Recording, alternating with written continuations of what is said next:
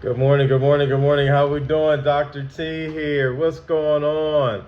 Hopefully, when you guys are watching this, you're in a good mood. Why do I say you're in a good mood? Because I want to talk about moods and how they impact all of us, not just students, adults too. Sometimes adults even more than students. But the older you get, the more you have to become aware of your moods. You have to be knowledgeable of your moods. You have to have some type of awareness of your moods because our moods dictate how we respond, how we hear, how we talk, how we listen, how we engage, how we address. Our moods can really affect all of those to the positive or the negative. So when you think about your moods, we're going to go through a few of them. When you're angry, when you're really, really angry, you're probably not smiling. You might even give yourself a headache. Probably a little short with people. Probably don't have your best listening skills happening in that moment. And the reason we're talking about moods and how they impact how you deal with people, because you're all students. And because you're students, that means you deal with people. You're dealing with your classmates, you're dealing with your teachers, secretary, principal, counselor, social worker, lunch lady, custodian. You're dealing with a lot of people. And your mood will affect how you talk to them and relate to them. And then they will feel a certain way about you. So if you're angry, you ever wake up in the morning and you're angry? I have. Something that happened last night, something that happened the other day, or maybe even this morning, and it makes you angry. What I have to be careful about is not bringing that into school and taking it out on others. Just because I'm angry about something, would that make it okay for me to take it out on my coworkers or the students? No. So you got to do the same thing. Even if you're in a bad mood, you're angry, you're short with people. And sometimes when we're angry, we might say things we don't mean, or we might say things that hurt other people's feelings because our feelings are bothered. That's not cool. You can't take it out on people just because you having a moment or you're angry. So you got to find a way to deal with those emotions because something obviously did make you upset. But it's not cool, regardless what you're dealing with, to take it out on someone else just because you're angry. And anger is a very normal emotion. We're not here to tell you don't get angry because that's not real. We all go there. How you deal with being angry. How you talk to people when you're feeling angry. How you respond to people when you're feeling angry really can dictate how you communicate and how people see you.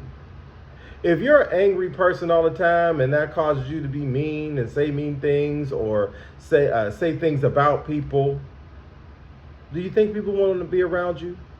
Do you think they'll want to engage with you, be your partner, sit next to you on the bus, sit next to you in cafeteria? I wouldn't. I don't want angry people around me. That affects my mood. I'm a happy person. I don't want to be around nobody that's always angry or don't know how to deal with their anger. It's not my job to help you fix your anger or allow you to take your anger out on me. Go somewhere with that. You got to control your emotions. Even on your bad days, even on your angry days, you're still responsible for how you talk to people and how you relate to people and how you address people, even when you're angry. Another mood that can impact you is when you're sad. Sadness happens. We lose loved ones. We lose animals. Maybe we didn't get the score on a test we wanted. Maybe a relationship is changing and is not what it once was. These are things that make us sad. And sometimes when we're sad, it can stick with us for a while. And just like anger, it can impact and affect how you deal with people, how you talk to people. Now, we're again not saying don't be sad, but you need to be aware that when you're sad, how you're communicating verbally and non-verbally. How are people feeling around you when you're feeling sad? Are you able to communicate openly and express your feelings? So maybe your support system, your friends, your family can help you during that sad time? Or are you someone when they're sad, they shut down, they don't want to talk, and it kind of closes people off, and it doesn't give them the opportunity to support or help you? When I was a younger person, the way I dealt with sadness, I got real quiet, and I didn't talk, and I didn't know how to deal with those emotions. And I wasn't looking to talk to anyone, so it just made me go deeper and deeper in a hole. And I realized as a young person, that's not the way to go about things. Sometimes you do got to talk and get things off your chest. Sometimes you do got to talk, and maybe people can help you out and uplift your spirits and maybe see the light at the end of the tunnel, or find a way to overcome the sad emotions. Now, I'm not saying you need to rush your sadness. Sometimes you got to go through it. But people can help you when you're down. But make sure you're not taking that sadness out on people. You don't want to be the person who comes into a room and you got like the cloud over your head. And because you're down, you make everybody else in the room feel down. You got to be careful to not transfer that emotion. Another emotion that we have to think about is anxiety. A lot of people, boys and girls, kids and adults, deal with anxiety. And anxiety is manageable if you're aware you have anxiety, if you're aware what some of your triggers are, if you know some of the cues that you can do to calm your body down. But if you ignore those symptoms and you allow that anxiety to build, it can be overwhelming. It can make you fearful. It can make you extremely anxious. It can make you nervous. And that can dictate how you talk to people, how you listen to people, how you engage with people.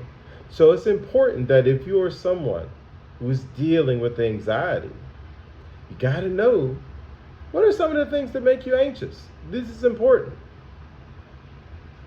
Because maybe you can avoid those scenarios, or when those scenarios are presented to you, you can talk to yourself and calm yourself down so you don't allow yourself to become anxious.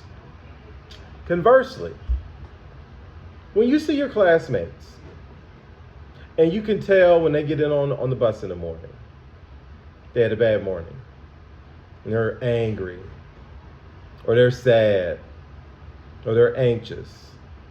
What kind of friend are you? Are you the kind of friend who talks about them behind their back?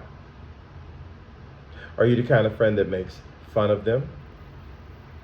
Are you the kind of friend that kind of try to make yourself feel better by going to another group of people and telling them what you're dealing with to make that person look bad?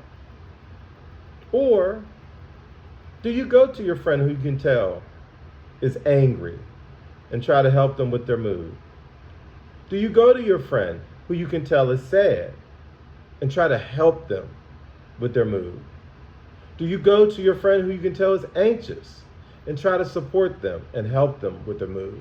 Are you the person who helps the situation, or are you the person who hurts the situation?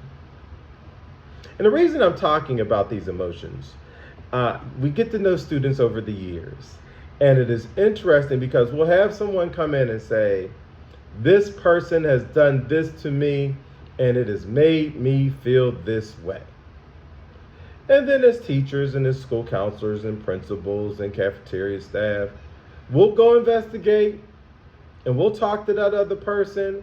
And sometimes there's some accuracy in the story, and sometimes there's not. And we will help all those involved work through that situation and try to look at what could have been the best way to go through it. But what I find interesting is that student who came in and who told me that this other student made them feel a way by saying or doing this. That same student who was coming in here to tell me how someone made them feel, days, weeks later, they're now the person who's responsible for being mean to somebody else. They're doing the same thing to another student that they said a student did to them, and it hurt their feelings. So I charge you. You ever hear the phrase, do unto others as you want done to yourself? That means if you don't like people talking to you sideways, don't talk to them sideways. If you like people to listen to what you're saying, you need to listen to what other people are saying. If you want people to be gentle with you when you're having a rough day, when you're sad, when you're angry, you need to learn to be gentle and kind when you see your friends are having a tough day. They're angry, they're sad. Are you going to help them or are you going to hurt them? What kind of person do you want to be? Ask yourself this. When you're not in a room and all the people in your classroom are in the room, and let's say someone asked them, how does this person make you feel? Are you a person who annoys people? Are you a person who picks at people? Are you a person who's always making fun of people? Are you a person who's always trying to put people down and make yourself look better? Are you a person who lies on people? These are not the characteristics you want people to think of you. You want them to feel that you're supportive, that you're a good friend, that you're a good listener, that you help out, that you look out, that when they're down, you actually are a person that they actually go to and you help them feel better. Or are you a person that people avoid because you're the mean guy, or you're the mean girl, or you're the one that's always making fun? Which brings us to another word. And you'll hear this a lot as you get older. Empathy. You guys know what empathy means? Do you? It is the ability to understand and even almost feel what another person is going through or dealing with. It's not about being in agreement. It's not about what you would do in that situation, because we all deal with things differently. But when you see someone going through something that is causing them to be sad, angry, anxious, they're in a way, they're feeling a way, can you understand what they're going through? I know when I am angry, when I'm upset, nothing makes me more angry than if someone immediately starts telling me what they would do. I honestly don't care what they would do. I am dealing with my feelings in that moment. Can you help me with that moment? Can you understand what I'm going through and dealing with? I want you guys to practice being more empathetic.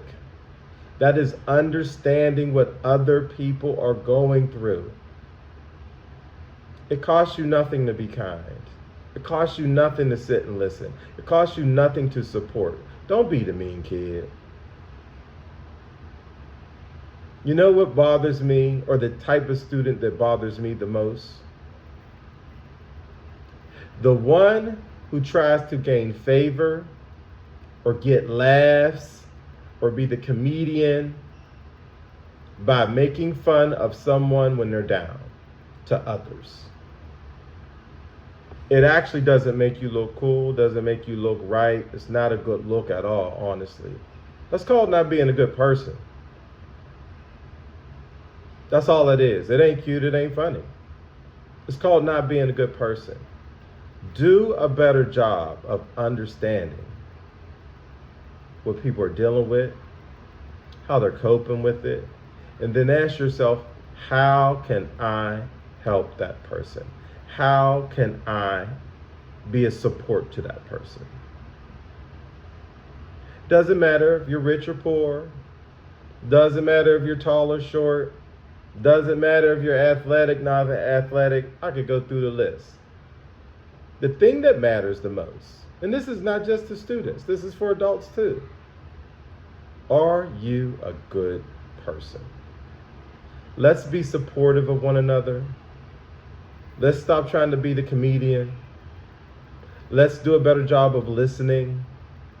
Let's uplift one another instead of always trying to bring each other down. That's the message. Dr. T, I'm out.